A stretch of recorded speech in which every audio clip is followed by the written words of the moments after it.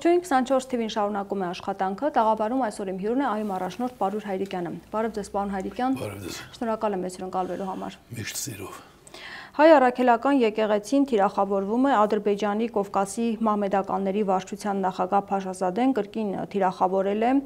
երեկ եւ հայ առաքելական եկեղեցուն ասում է, որ այն ռևանշիստական քարոզ է անում եւ իր ժողովրդին տանում է դեպի աղետ եւ նա բողոքի նամակ է հղել եկեղեցիների համաշխարհային խորհրդի գլխավոր քարտուղարին ընդգծելով, որ կրոնական առաջնորդները պետք է ծառայեն Սուրբ Երրորդությանը, ճշմարտությանը, խթանեն խաղաղությունն ու փոխըմբռնումը եւ չսադրեն հակամարտություններ։ Այս ամենին զուգընթաց մենք տեսնում ենք, որ Նիկոլ Փաշինյանը հոգևորականների, մասնավորապես վեհափառի դեմ արշավ է սկսել, ուզում է վեհափառին հեռացնել։ Այս ամենը իրար հետ զուգորդված գործողություններ են, թե բոլորովին կապ չունեն, ուղղակի զուգադիպություն է, ինչպես պնդում է Փաշինյանը։ Որպեսզի մեզ լսողները նաև չկամեցողները մեզ ընդունեն, պիտի լրիվ անաչառ լինենք, ես թույլ կտամ ինձ ասել, որ Նիկոլ Փաշինյանն ասում է բարոյական պարտավորություններից հրաժարված հոգևորականներին պետք է հեռացնել, այսինքն ինքը այնպես չի, որ ասում է հայ առաքելական եկեղեցին պետք է վերացնել, բայց մենք գիտենք, որ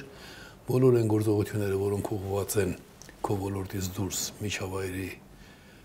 քննադատությանը, դրա նկատմամբ ոտնձգություններին, մանավանդ արդեն ինչ-որ չափով մարտական կոչերին, ի վերջո հանգեցնում են բացասական հետևանքների։ Ես բավական վերջին շրջանում խուսափում էի այս հարցի շուրջ խոսել, շատ կարճ լրագրողներին պատասխանում է, որ կեսարին է, կեսարին Աստծուն է Աստծուն, բացի այդ հոգևորական դառնալը շատ հասկանալի է, որ դրանով մարդը չի դադարում մարդ լինել եւ մի առիթով էլ նաեւ նշել եմ, որ գրագետ որևէ մեկ, այսինքն գիրք կարդացած մարդը դե անպայման կարդացած կլինի Պարմի Մենաստանը Ստենդալի կամ Վոյնիչի բորը, այսինքն միայն հայ իրականության մեջ չէ, որ հոգևորականները ունենում են խնդիրներ իրենց կարգավիճակի եւ իրենց ապրած ճանապարհի հետ ու դա ուռճացնել, դա դարձնել խոսակցության առարկա ցույց է տալիս, որ ինքը ունի հետին նկատառում, որովհետեւ հոգևորականները մեզնից շատ ավելի են պատասխանատու զգում իրենց նման ոլորտում եւ ապաշխարություն կոչվածը դրա համար է։ Այստեղ մի քանի սխալներ է թույլ տրվում, բայց այդ սխալները քանի որ կատարվում է մի մարդու կողմից, որը անբարոյականության խորհրդանիշն է Հայաստանում, գիտեք ինչու եմ այդպես համարձակվում ասել, բարոյականություն ասելով մարդիկ չեն հասկանում, որ դա միայն մարդու այս կամ այն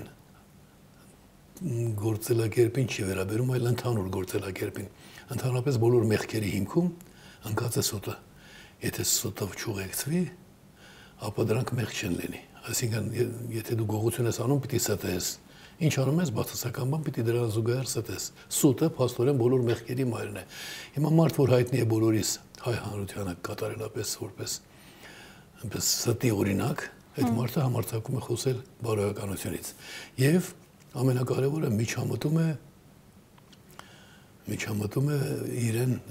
հստակ ասված, չէ, դու քրիստոնեական եկեղեցու հետևորդ ես, հայ առաքելական եկեղեցու, դու պիտի իմանաս, որ կեսարին է կեսարին, Աստծուն է Աստծուն։ Դու աշխարհիկ իշխանություն ես, միջամտում ես եկեղեցական հարցերին։ Ընդհանրապես քաղաքացին հավատավոր մարդը կարող է այդ հարցը բարձրացնել, բայց եթե բարեկամ է, նախ եւ առաջ ինքը, եթե բարյացակամ է եւ մարդ է, պարզապես մարդ։ Օրինակ, եթե այդպիսի հարց կար, ինքը հնարավորություն ունի շատ ավելի քան ես քանի անգամ հանդիպել եմ վեհապարի հետ, տարբեր հարցեր քննարկել, մասնավորապես հայ առաքելական եկեղեցու պառակտվածությունը առ այսօր ինչու դա խնդիր չեն դարձնում հրապարակային քննարկման, ինչ է նշանակում հայ առաքելական եկեղեցին ունի երկու հոգևոր առաջնորդ, անհետեթությունը, դրանք գոնե պետք է աստիճանակարգված լինեին։ Այդ թեմայով խոսել եմ, շատ հետաքրքիր մանրամասներ կան, բայց բարյացակամորեն ես որպես մեղադրող իրավունք չունեմ հանդես գալու։ Այսինքն եթե խնդիրներ էր տեսել, այլ ձևով պետք է գնար, հանդիպեր, խոսել, խնդիրն այլ կերպով լուծել։ Նախ եւ առաջ մարդկանորեն հանդիպել, ասել, գիտեք, դուք մեր վեհապարն եք, այսպեսի խնդիր կա։ Գուցե մի ձև գտնեք, գուցե գիտեմ, որ դուք ասենք գնում եք, ինչպես բոլոր հավատացյալները խոստովանում մեղքերը, թողություն խնդրում, գուցե մի անգամ ինչ-որ մի ձև չեմ ասի ինչ պիտի արվեր։ Բայց այս դեպքում այս մարդն ասում է, ես հայ առաքելական եկեղեցու հետևորդ եմ եւ որպես այդպեսին եմ հանդես գալիս։ Էլի է ստում։ Ինքը հանդես է գալիս որպես վարչապետ։ Որտեղ եթե որպես վարչապետ հանդես չի գար, հերթական գժի տեղ կդնեին, Կասեին հասկացանք, եթե մարդու երիտասարդ տարիներին ինչ-որ բան է եղել, բայց ինքը նվիրված է հայ առաքելական եկեղեցու կանոն կամ ի վերջո ստացել է այդ պաշտոնը։ Կամ գիտեք, եթե ասենք էլի ոչ կռիվ անելով, այլ ցավով, մտահոգությամբ խոսել, որ մի նշան ստացանք մենք 99 թվականի հոկտեմբերի 27-ին այս վեհապարի ընտրության օրը, այսինքն արդեն ընտրության արդյունքների հաստատման օրը տեղի ունեցավ այսպես, այսինքն աշխարհիկ իշխանությունները եւ այդ նշանից ստիպում է մտածել, որ աշխարհիկ իշխանությունների միջամտությունը հանգեցնում է ծանր հետևանքների աշխարհիկ իշխանությունների համար։ Ես մանրամասների մեջ չխորանամ։ Հետո պատմությունից ինքը Պապ Թագավորն է, չէ՞ սիրում։ Պապ Թագավորը մեծագույն ռեֆորմիստներ է իրականության մեջ, բայց չափն անցել էր, որ Աստված թույլ տվեց, որ իրեն սպանեն։ Ճիշտ է, հետո ինքը պատժեց սպանությանը մասնակիցներին, Մուշեղ Սպարապետը Վարազդատ Թագավորի կողմից սպանվեց որպես մեղավոր մեղսակից։ Բայց այս բոլորը պիտի ստիպեր խորհել, եթե բարյացակամ ես։ Բայց եթե դու վարչապետ չլիներ, քեզ ընդհանրապես պետք է հասնել հերթական մի գիր, որը ինչ որ բաներ է կոչանում, ու անցներ, բայց քանի որ վարչապետ ես, հսկայական աշխատակազմ կա, մոտ 60,000 մարդ ենթակա է անմիջականորեն իշխանական լծակներով, ընտանիքներն էլ հետո որ հաշվես շատ ավելի։ Եվ դու պարզ է, որ ինչ որ բան կարող ես հայտարարել, մի 10,000 լայք էլ ստանալ ու հետո էլ կոչեր անել եւ այլն եւ այլն։ Դե ասում է թող հերքեն, եթե այդպես չէ։ Ինքը ստում է, որ ինքը որպես ես հիմա հերքում եմ, ինքը ստում է, որ որպես եկեղեցու հետևորդ է հանդես գալիս։ Ինքը եթե եկեղեցու հայ առաքելական եկեղեցու սկզբունքներին հետևող լիներ, ապա շատ բաներ որ արել չէր անի։ Հիմա ինչ է պատրաստվում անել։ Դուք ասում եք հետին մտքեր կան, ինչ հետին մտքեր կան։ Գիժը ինչ է պատրաստվում անել, որևէ մեկը չի կարող ասել։ Իր դրսևորումները գժական են։ Սա առողջ չէ։ Որովհետև եթե ինքը առողջ մարդկային բանով լիներ, ասացի ինչպես կվարվեր, եւ երկրորդ, այս պահին ինքը գիտի, որ շատ ավելի կարևոր հարցեր կան։ Կա ազգային անվտանգության հարց, կա սահմանադրության հարց, ազգային արժեքների նկատմամբ ուշադրության, ժողովրդավարության հարց, միջազգային հարաբերություններում, ի վերջո կա անվտանգային հարց։ Տեսեք, Էլի Փաշազադե է, ազգան, էլի Փաշա է, նա էլ է Փաշա, սա էլ է Փաշա։ Փաշազադեն փոխանցում է տալիս, սա փոխանակետ փոխանցումը ստանալու նրան հաճո գործողություններ է կատարում։ Ասում է կապ չունի դրա, ինչ է իրար հետ կապում, տեսնում եք Ադրբեջանի Թուրքիայի հետ կա զուգադիպություն է։ Ավելի ոտ որ ուղղակի կապ չունի, ուրեմն սատանայի միջոցով են կապված։ Երբ երկու մարդ բացասական բան են անում եւ իրար հետ կապ չունեն, շատ ավելի վտանգավոր է։ Ուրեմն նույն սատանան է իրենց ուղղորդողը։ Հետին միտքը ո՞րն է, որի մասին դուք իր հետին միտքը տարբեր կարող։ Նախ եւ առաջ շեղել մեր բոլորի ուշադրությունը։ Օրինակ ես դատախազությանը նախազգուշացում տվեցի, ասում եմ ես 3 անգամ ձեզ ուղղություն եմ ուղարկել, դուք ընդունման օրերը նշել եք, ուղարկել եք քննչական կոմիտե, սա 99%-անոց քրեական հանցագործություն կատարած անձ է եւ կատարել այդ հանցագործությունը ընդդեմ ամբողջ ժողովրդի, ընդդեմ պետականության եւ այլն եւ այլն։ Հիմա ո՞նց շեղի դրանից։ Այսպիսի բաներ է պետք։ Երկրորդ, այսօր բարձրացած է իր պաշտոնազրկման հարցը։ Այդ պաշտոնազրկման հարցում ես չէի սպասում։ Բարձրացված է այդ հարցը, դե վերջո շրջանառության մեջ դրված է, ու դա էլ չի կառարկի։ Նկատի ունեք անվստահություն հայտնելու գործընթաց ազգային ժողովում։ Իմպիչմենտ կոչվածը։ Իմպիչմենտականները նրանք բավական լուրջ են տրամադրված, նույնիսկ նրանք ովքեր որ թվում է թե լռում են, եւ ինքը հասկանում է որ դա հղի է նրանով, որ վաղը կարող են իրենց երեխաներին ավելի շատ սիրող պատգամավորները, ավելի շատ քան իրեն սիրող պատգամավորները, իսկ ես կարծում եմ միայն հոգեկան հիվանդը կարող է Նիկոլին ավելի սիրել, քան իր երեխաներին։ Նրանք էլ կարող են ասել, ի վերջո Նիկոլով մեր ազգը չի ոչ սկսել է, ոչ էլ վերջանալու է։ Տարայենք ճշմարտությանը։ Այս իրավիճակում ինքը կրքեր է ստեղծում, փորձում է հիստերիկ ոճով, որ ժամանակին չգիտեմ ում հետ պայմանավորված է, Սերժ Սարգսյանն ասում էր, չէ, իր տերերն արեցին։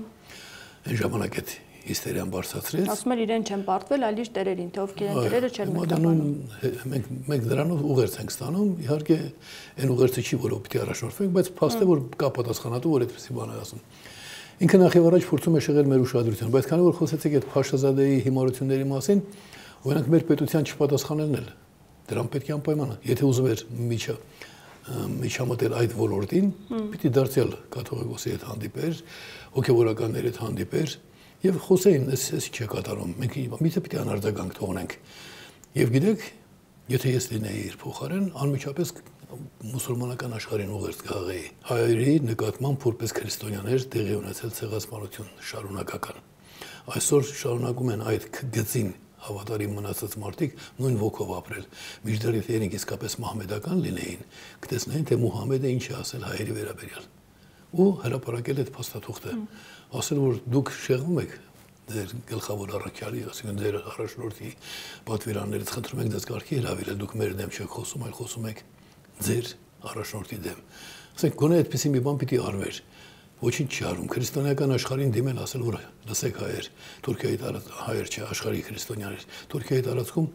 70-80%-ը դեռ 100 տարի առաջ քրիստոնյա էին։ 150 տարի առաջ ավելի։ Հիմա դրանք չկան, մի տոկոս էլ չեն կազմում։ Դուք հասկանում եք ում հետ գործ ունեք դուք։ Սրանք երբ խոսում են հանդուրժ, այսինքն ասելու բան շատ կա։ Մանավանդ երբ այսինքն արձագանք լիներ Փաշազադեի հայտարարություններին։ Հարցը արձագանքը չի, հարցը անվտանգային տրամադրություններ նախապատրաստելն է, սա չի ապրում դրանով։ Սա իրեն Պապթագավորի տեղ է դրել, բայց չի հիշում որ Պապթագավորին հույն բյուզանդական կայսրության գործականները հենց այնպես չսպանեցին, ասենք նրանք չէ որ սպանեցին, Աստված թույլ տվեց, ինչի համար։ Դու միջամտում ես ինչ որտեղ մենք հիմա ականատեսնենք այն բանի, որ աշխարհականը միջամտելով հոգևոր գործերին մենք երրորդ նշանն ենք ստանալու։ Ես կարծում եմ, ինքը արագացնում է իր հեռացումը, հուսամ ոչ այնքան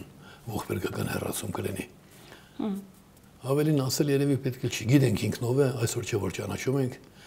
մեծագույն ստախոսը խոսում է բարոյականության մասին։ Այսինքն մեծագույն մեղսագործը բոլոր մեղքերի հիմքում ընկած է սուտը։ Խոսում է դրա մասին, գոնե լրի որ ասենք լավ, չես հասկանում կամ, բայց ինչ ես միջամտում այս ոլորտին։ Խոսելու շատ բան կա։ Ասում են, եթե խնդիրներ կան, ինչ է պետք է աշկերտներս փակենք, օրինակ թիմից այդպես են բացահայտում։ Ասում են, ինչ է դուք այդպես համաձայն եք, որ հաշտ եք այդ մտքի հետ, որ պետք է կուսակրոնության ուխտը խախտեն եւ դուք չեք անհանգստանում, հիմա վարչապետը չի ուզում, որ եկեղեցում խնդիրներ լինեն եւ դրանք շարունակեն։ Շատ բարի է, բայց ինքն է որ պիտի խոսի բարոյականության մասին։ Ասում եմ, նույնիսկ ամենասուր հարցը կարելի է բարձրացնել, բայց ոչ թշնամաբար։ Բարձրացնելու ոչ կարող եք ասել, ոչ կարևոր չի, կարևոր որ հարցը բարձրացվում է, բայց կեսարին է, կեսարին աստուն մոռանանք դա։ Ինքը կարող էր ասել, որ ես որպես խոնար հավատացյալ, եթե հավատացյալը ճակերտավոր,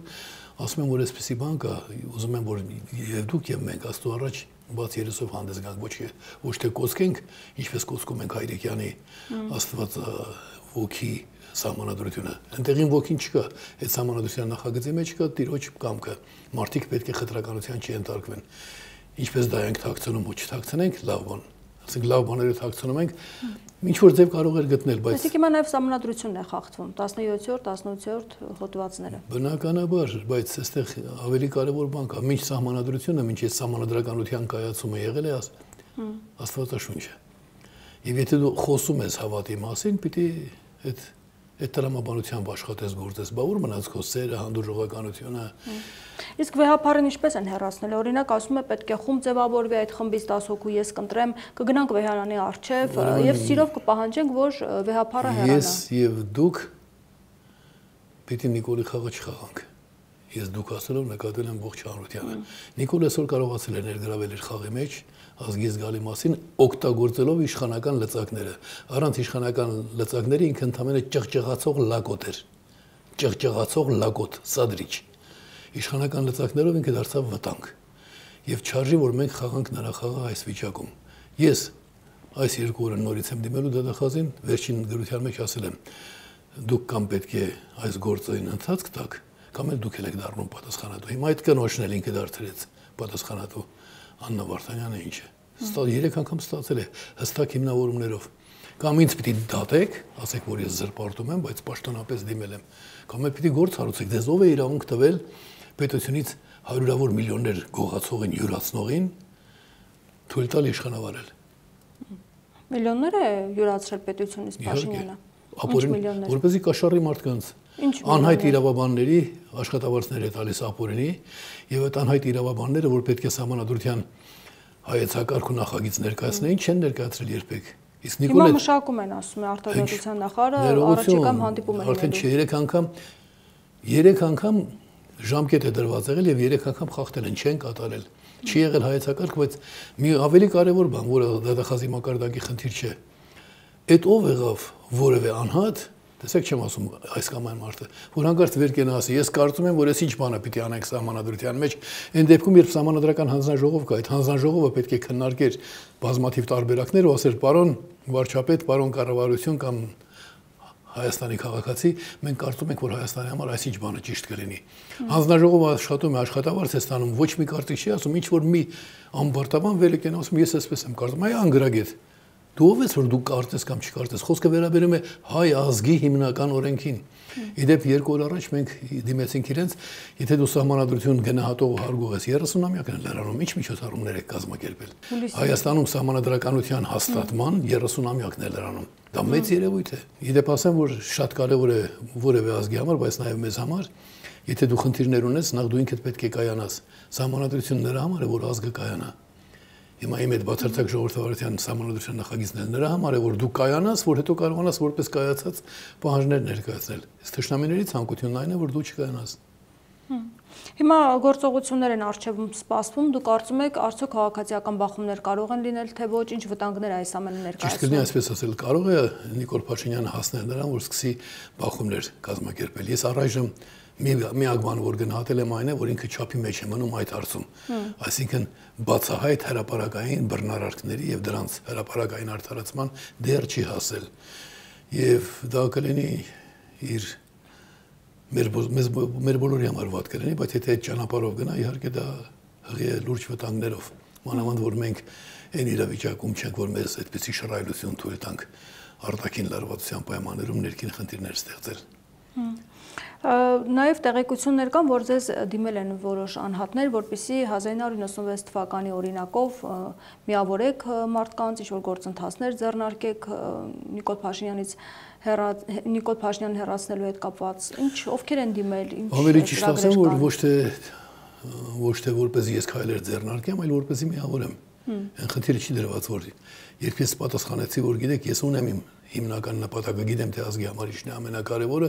եւ դա անհատապես չեմ որոշել այլ խմբով, ասացին մենք դրան չենք հակադրվում,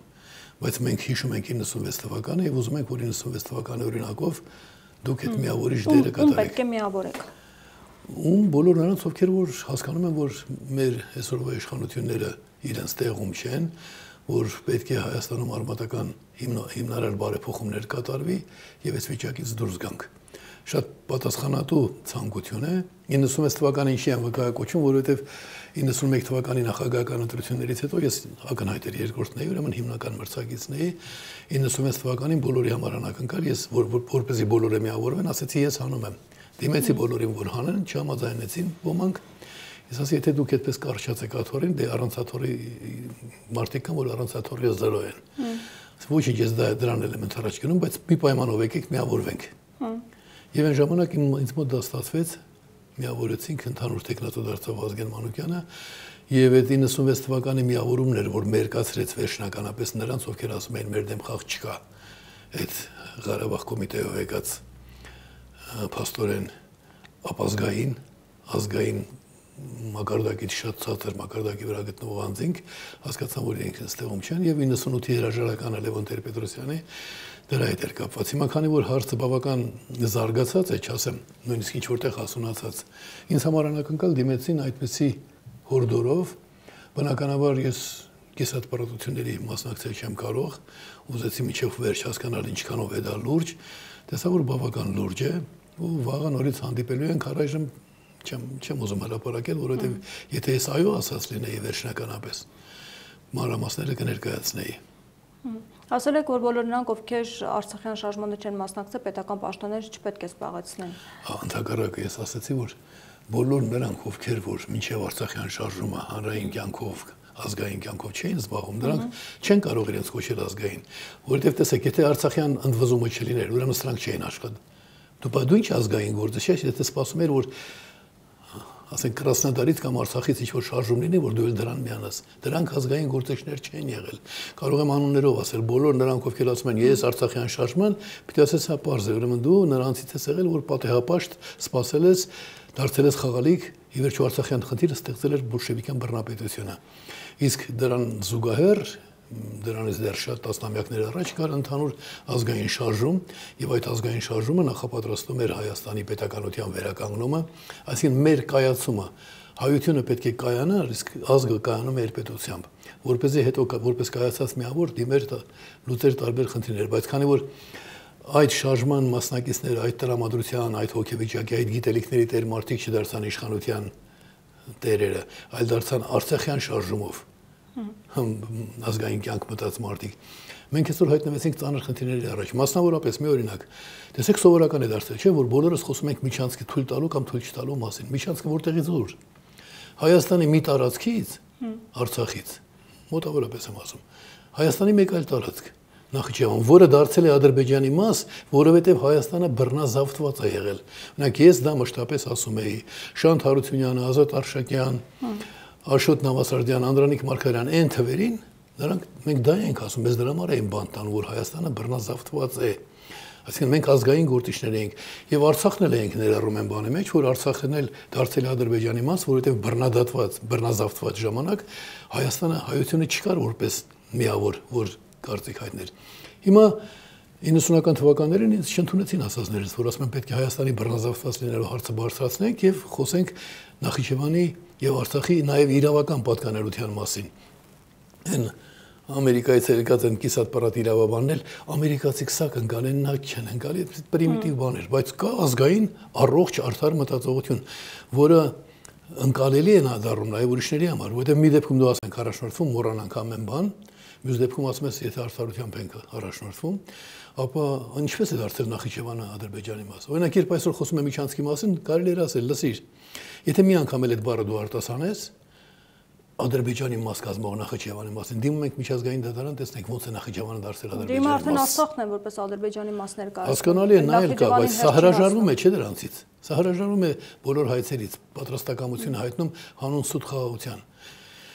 Այնպես որ անելիքներ շատ կան եւ այդ անելիքները անմիջականորեն կապված են մեր անցյալի դրսեւորումների հետ, անցյալի դրսեւորումների մեջ էլ կարեւորն է ճիշտ գնահատական տալ եւ իրադարձություններին եւ մեր նպատակներին։ Բայց ինչ հնարավորություններ կա Փաշինյանին հեռացնելու առանց ընտրությունների, այսինքն այս մեկ տարվա ընթացքում միավորվելով Փաշինյանին հեռացնել։ Դուք տեսնում եք այդ հնարավորությունը, որովհետև փետրվար ամսին դուք եւս դուրս եկաք, կոչ արեցիք համախմբման եւ առանձնապես գող չէիք այն։ Նիկոլ Փաշինյանը երբ Նիկոլ Փաշինյանը դուրս եկավ Մերժիր Սերժին կարգախոսով, ես միացա իրեն, չէ՞։ Առաջին մի քանի օր ես միացա, ստուգում էի նաեւ բարձում էի իսկապես ինքը սահմանադրության հարցով մտահոգ է։ Ասում էր այո, մինչև այն պահ, երբ որ ասեց կամ ես կլինեմ վարչապետ, կամ ոչ ոք, կամ ճակատներին գրեք դուխով։ Ես հասկացա, որ գործ ունենք ապիկար, անշնորհք, ապազգային մի ճիվաղի հետ, կարող եմ հանգիստ ասել։ Եվ այն ժամանակ ես բոլորին ասեցի, բոլորը ավելի ճիշտ մեծ մասից ես դժգոհեցին, ես ինչ ես ասում, որ ասեցի դուխովը ջնջիր գրի դեբիլ։ Բայց ինչի՞ հիմա դուխովը չեն ման գալիս։ Բայց ես եմ չէ՞ դա ասել, դուխով բառը ջնջիր, դեյով է սկսում, տեղը գրիր դեբիլ։ Որովհետև հասկացա վտանգ է ու մարդկանց նախազգուշացրի, ահագին թշնամիները վաստակեցի, նույնիսկ մտավորականների մեջ, որ ասում են, ինչ ես ասում, ախր այս տղան լավ բան է ուզում։ Հետո տեսան, հետո հերթով գալիս ներողություն են խնդրում, որ սխալ են գնահատել։ Այսօր դուք ասում եք, ինչ ճանապարհ կա։ Այդ ճանապարհի մասին ես փետրվարի 18-ին որ ասպարեզի չեմ, նրա համար որ նորից ստուգեմ, բան հասկացել են թե չէ։ Եվ ինչ հասկացել են, որ իմ ասածը զգացի, որ ահագին բան հասկացել են, բայց նրանց շեղում են այն կեղծ ընդդիմադիրները առայժմ։ Առայժմ շեղում են, որովհետև այդ կեղծ ընդդիմադիրները գոհ են նրանով, որ իրենց թուլափայ են թողել։ Մեկի թուլափայը 100 միլիոն է, մյուսի թուլափայը 100 դրամ, բայց դա է տրվում եւ Նիկոլը իշխանական լծակներ օգտագործելով դա անում է։ Հիմա երբ հանրության մեջ մի զգալի մաս հասունացել է այնքան, որ գալիս ասում է Պարոն Հայրիկյան, ձեր փորձը մենք հիշում ենք, բացի 96 թվականից միակ մարտնեկով ստացել է ժողովրդի այդպիսի հսկա ձայների քանակություն իր գաղափարով։ Այսօր էլ դուք միայն գաղափար եք առաջ մղում։ Ես դա պարտավոր եմ գնահատել, բայց այդ իրենց մոտեցումն է, երբ ինձ ասում են ուզում ենք որ դուք առաջնորդ եք, ես ասում եմ, բայց գիտեք չէ, առաջնորդը ձեր ծրագրերը հաշվի առնում, բայց ունի իր հիմնական ծրագիրը։ Համաձայն եք, երբ այո ասացին, ես այդտեղ զգացի, որ լուրջ մարդկանց հետ գործ, այսինքն լուրջ մոտեցման հետ գործ ունեմ։ Վաղը ես կարծում եմ ավելի շատ հստակություն կմտնի այս ամենի մեջ։ Բայց արդյոք այնպեսի մեծ թիվ եք կազմում կամ այնքան մեծ աջակիցներ կունենաք, որ հնարավորություններ կլինի։ Դե ավելի մեծ թիվ, որ ես կազմել եմ, երբևէ դժվար թե որևէ հայ առաջիկա տասնամյակներում կազմի, այդ 2.400.000 ձայնը մշտապես իմ բեռնախցիկում է, ինչպես ասում են, իմ ուղը բեռն է, բայց դա պետք է հիշեցնել։ Այն մահափորձը ինչ եղավ 12 տարի առաջ։ Տեսան, որ Հայրիկյանը ռեյտինգը բարձրանում է, մարդիկ սկսեցին հիշել զրպարտանք բան այլևս չէր օգնում, արեցին մահափորձ։ Նոր մահափորձից հետո ասեցին Հայրիկյանը ինքն է կազմակերպել, որպեսզի նաև կերպարը սպանեն։ Հիմա այս կերպարը հանգիստ ասում է, աթոռեք ուզում բոլորդ, ինձ պետք չի։ Ինձ պետք է որ դուք քաղաքացիները դառնաք երկրի տերը, ինչպես նախագիծ ունեմ, տվել եմ դեռ 13 տարի առաջ տվել եմ հանձնաժողովներին։ Իսկ ինչպես պետք չի որ դուք խոսում եք 100,000-ների մասին։ Այսինքն դուք չեք հավակնում վարչապետի պաշտոնին։ Ինչի՞ս է պետք։ Ես ինչի 1000 տարի պիտի ապրեմ։ Բայց կա մարդ որ տեսնում եք այդ պաշտոնում ձեր թեկնածուն։ Չէ, էական չի։ Կարևորն այն է որ դուք եւ բոլոր քաղաքացիները դառնան Հայաստանի նախագահ կամ թագավոր։ Հետո այդ նախագահներն ու թագավորները, այսինքն հայ ազգը կայանա։ Հայ ազգը պիտի կայանա, որ հետո որոշում կայացնի։ Այսօր հայ ազգը կայացած չի։ Հիմա դուք ասում եք ստախոսներ էր ասում, որ ջուրը ավելի լավ է, քան թե քացախը։ Բայց ես ստախոսների ինչ կապ ունեմ։ Ես դուք նրան խնդրում եմ մի վերավորեք նրան ինձ հետ համատելով։ Ինչևէ, այստեղ դուք որ հարցնում եք ձեր հարցի մեջ ես զգացի նրբելանք անպայման ինչ որ 100,000-ներ փողոց դուրս բերելու դա էլ է կարևոր, բայց կա ուրիշ բան։ Կարելի է ընդամենը մի քանի 100 հոգով, մի քանի 100 հոգով հետևողական աշխատանքով մերկացնել ամենակարևոր հարցում իր դավաճանական կեցվածքը, իր հանցավոր կեցվածքը։ Շատ հեշտ է դա։ Պարզապես ես միայն այմականներով չեմ ուզում անել։ Կար ժամանակ, որ երբ ամեն ինչ միայն այմականներով էինք անում, ուրիշ չկար։ Հետո մենք ստեղծեցինք մյուս կազմակերպությունները, նույնիսկ հանրապետական ԱԻՄ-ի հիման վրա է ստեղծվել։ Դաշնակցությունը Հայաստանում սկսել է գործել այմականների հիման վրա։ Մենք ուզում ենք բազմակուսակցական Հայաստան։ Հիմա կա այդ բազմակուսակցական Հայաստանը։ Պիտի արձագանքեն գնանք առաջ։ Բացի այդ, ես մերկացնելուց բացի կարող եք հեռացնել նաև։ Ես համակերպվել եմ ինչ որտեղ այն բանի հետ, որ դու քեզնից կախվածը պիտի անես, բայց ինչի որ ժողովուրդը արժանի է, դու այդտեղ անելու բան չունես, դա Աստված է որոշում։ Մերկացնելը ինքնանպատակ չի։ Նիկոլ Փաշինյանին մերկացնելը ընդհանրապես կարևոր չի, ինքը արդեն վաղուց մերկացված է եւ իշխանական լծակներով եւ վախերով, այդ բաներով իշխանական լծակներ օգտագործվում, ինքը պահում է իշխանությունը։ Լիակատար ինքն մերկացումից հետո պիտի հաջորդի իր ինքնամերկացումը եւ հեռացումը։ Դա շատ հեշտ խնդիր է։ Մինչև ընտրություններ մտածողները բոլորը խաղում են Նիկոլի խաղը։ Նիկոլն էլ էս կապիկություններն անում է, որպեսզի ժամանակը ձգի մինչև ընտրությունները։ Մուկուչյանը երբ պետք է լինի։ Ընտրությունները։ Չէ, երբ պետք է լինի հեռացումը Փաշինյանի, այն ինչ ասում եք դուք։ Չէ, դուք ուզում եք, որ ես հիմա մարգարեությամբ զբաղվեմ, ես ասում եմ, որ ինձ դիմել են, որ ես Չէ, նկատի ունեմ մինչև ընտրություններ եք ծրագրում անել։ Այն պահից, երբ իրավիճակի նկատմամբ վերահսկողություն կունենանք 4 ամսվա ընթացքում։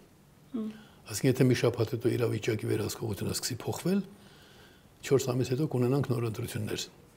Եվ դուք կընտրեք, քաղաքացիները ուղղակի կընտրեն վարչապետին։ Այսինքն նախագահները կնշանակեն մեկին կասեն 2 տարով վարչապետ ես։ Վատ աշխատեցիր ունես փող վարչապետ։ Ավելի վատ աշխատեցիք 2-ով կթռնեք կմնա ազգային ժողովի նախագահը մինչև նոր ընտրությունները։ Շնորհակալ եմ զրույցի համար։ Ես եմ շնորհակալ։ Զրուցում էի ԱԻՄ առաջնորդ Պարուր Հայրիկյանի հետ։ Շարունակեք մեզ հետևել, կհանդիպենք։